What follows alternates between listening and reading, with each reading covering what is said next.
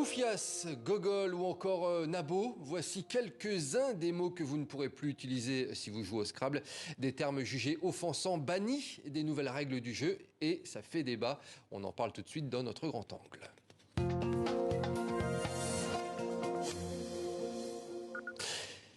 Bonsoir Jean Pruvot.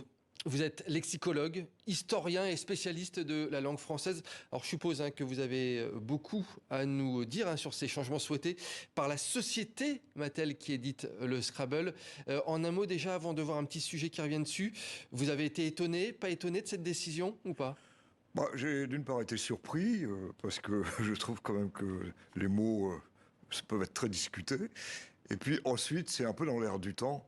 Donc, si vous voulez, dans une période de censure, viendra une période, j'espère ensuite, de plus grande ouverture. Plus grande ouverture. On va revenir justement sur cette histoire qui fait débat. Regardez ce sujet signé Pierre-Yves Salic. Poufias, Tarlouse, avec un Z qui vaut 10 points, Bosch et Schleu, ou encore Travelot. Au total, 27 mots à caractère haineux, bannis du prochain dictionnaire officiel du Scrabble en 2023. Dans ce club de Scrabbleurs parisiens, on ne peut pas dire que ce soit une bonne nouvelle. On n'est pas obligé de les dire, mais ils existent. C'est du vocabulaire, on y peut rien. Je les utilise pas pour agresser quelqu'un, je les utilise pas pour insulter quelqu'un, je les utilise pour jouer. Plus anciennement, on a déjà supprimé négro et youpin, c'est évidemment des mots qu'on peut dire horribles. Mais est-ce que le fait de les supprimer d'un dictionnaire et d'un dictionnaire pour des scrabbleurs, ça va avoir quelque influence que ce soit sur leur utilisation ? Le monde du Scrabble est quand même assez petit. Le poids des lettres deviendrait moins important que le sens des mots. Les spécialistes le déplorent, mais si l'on fait un micro-trottoir en 2 mots, votre avis est parfois différent. Enlever certains mots qui sont offensants paraît être une bonne chose. Le Scrabble devrait servir à apprendre des mots qu'on n'utilise pas souvent quand on parle. Oui, c'est une bonne chose. Si ça vexe la susceptibilité de certaines personnes, tant mieux. Y a-t-il une forme de censure à exclure des mots ? Peut-être, mais l'éditeur du jeu modifie la liste des mots autorisés tous les 4 ans. Et selon ce spécialiste de la langue, c'est son droit le plus strict.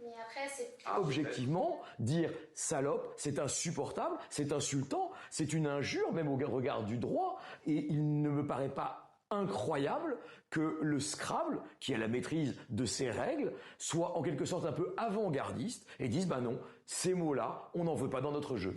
Aux États-Unis, la société éditrice du Scrabble est même allée plus loin. 400 mots ont été supprimés.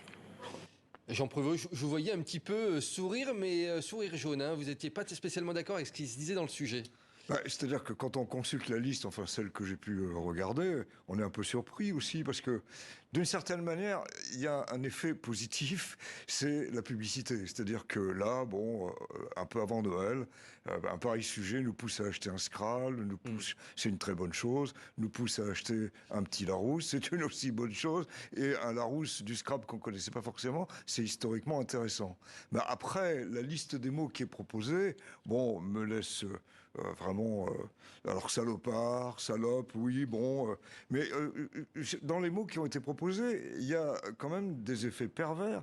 Il y a des mots que je ne connaissais pas ou pas bien. Dites-moi par exemple un exemple. Par exemple, chicano. Alors, on veut le supprimer, mais il y a l'art chicano, l'art des chicanos mexicains. Pourquoi supprimer ce mot ? Asiate, il est dans le dictionnaire de l'Académie française, dans le Petit Robert, sans l'ombre d'une nuance familiale. Pourquoi le supprimer ? Vous dites que ça va un petit peu trop loin, en fait. Je dis que le choix des mots qui a été fait, alors on dit un linguiste, j'aurais préféré un ensemble de linguistes historiens de la langue, et si c'est un linguiste, à mon avis, il a été trahi, et puis j'aurais préféré aussi que ce soit carrément ceux qui jouent au Scrabble. Parce que l'effet pervers, c'est qu'en fait, ces mots qu'on voulait faire oublier, on est en train de les mettre en avant. De les mettre effectivement dans le domaine de la vie de tous les jours. Alors, il y a beaucoup de mots qui sont familiers, qui viennent de l'argot, qui viennent du verlan. Au final, ça démontre quand même une certaine vivacité de la langue française et de son évolution de ces dernières années. Il y a ça aussi qui est intéressant dans tout cela. Écoutez, c'est tout à fait ce que je pense. Il y a les mots, dans le fond, peu connus. Je pense à Asiate, pas forcément très connu de tout le monde. Mal connu. Alors, putassier, par exemple, qui est repoussé. En fait, ça a été utilisé il y a peu de temps pour vouloir dire racoleur, et on le trouve dans des très bons écrivains. Alors l'enlever, c'est un peu curieux. Bamboula, bon, on peut discuter un bamboula, mais faire la bamboula, on n'a aucune idée péjorative là-dedans, c'est faire la fête. Des fois, ils ont un double sens, c'est ça que On vous peut voulez enlever dire. Nouba aussi, vous voyez. Donc il y a des choses comme ça. Puis alors des mots qu'on aurait tendance à oublier et que les enfants vont réapprendre. Parce que maintenant, évidemment, ça va faire une discussion autour du Scrabble. On va voir les listes. Un mot comme Schleu et Bosch, tous les dictionnaires disent qu'ils sont en déclin. En même temps, ils ont un côté historique. C'était les Albosch en 14, les Schleu en 39-45. Et c'est pas pour ça que j'ai une haine et des germanophobie. C'est de l'histoire. Jean Prévost, c'est ça qui peut être intéressant au-delà de... Certains appellent ça de la censure. Ça permet peut-être d'expliquer le sens caché de ces mots, de ce qu'ils veulent vraiment dire. Il y a un côté qui n'est pas inintéressant des fois. Alors, je suis ravi d'entendre ça parce que je prends le mot nabo. Bon, alors on enlève nabo, mais on garde gnome. Bon, très bien, c'est le même concept. Nabo, c'est un nain qui avait un pied beau. C'est ça le début, nain beau. Bon, et nabo. C'est intéressant de le savoir. Faire de l'histoire de la langue à partir du Scrabble, c'est aussi ça. Et il y a toute une série de mots là-dedans qui méritent d'être utilisés. Le mot beurre aussi n'est pas forcément péjoratif. On peut être fier d'être un beurre. On l'a vu aussi dans un certain nombre d'emplois dans le rap. Alors on peut enlever je ne sais combien de mots du rap, évidemment. Oui, parce que ça peut aller beaucoup plus loin. Hein. Ça peut être le début d'un long chapitre d'écrémage de mots de la langue française. Oui, alors, gogol. Alors, enlevons gogol par référence à mongol. Alors, on va mettre quoi? Trisomique, on enlève. Et dans les cours de récréation, ils se traitent de trisomique. C'est de nouveaux mots qui sont chassés. Il y a toujours... On ne peut pas empêcher la langue d'évoluer. On ne peut pas enlever l'argot. Alors... Maintenant, l'effet pervers, pour moi, il est presque drôle, parce que je me souviens en 1862 d'un dictionnaire d'argot, d'un dictionnaire analogique par Boissière, et il avait dit « Je mets à part tous les mots qui sont vraiment d'argot, qui sont très laids, très mauvais, qu'il ne faut pas oublier, il se vendra plus cher. » Bon, on est presque dans ce cas-là, on les met à part, on va les faire apprendre aux enfants, on va les faire apprendre et retenir donc aux joueurs de Scrabble. C'est-à-dire on va les valoriser au dernier degré. Donc c'est l'effet inverse. Hein. Jean Prévost, moi j'ai une question qui me semble aussi primordiale dans ce dossier. Le fait que ce soit une entreprise américaine qui juge des mots de la langue française, est-ce que cela vous alerte? Eh bien oui, ça m'alerte, parce qu'on est dans cette ère du néo-langage. Du wokisme, certains le mettent le Oui, bien dedans, sûr, de ce politiquement correct.